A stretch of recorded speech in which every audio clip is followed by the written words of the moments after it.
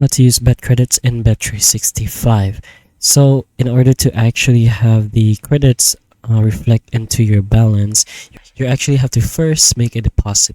Then type in the offer code you receive in your then, type in the offer code you receive in your email, and lastly, make qualifying bets as outlined in the turnover requirements. It's only after completing these three steps that the credits or the bet credits will reflect in your balance for you to place bets with. So as you can see here, the process is quite fast, and before you place your bets, you're gonna have to make sure that you've typed in the offer code and activated your bet credits. You also need to ensure that the bets you place settles within 30 days after using the offer code. This is key, especially if you intend to place bets that settle way into the future.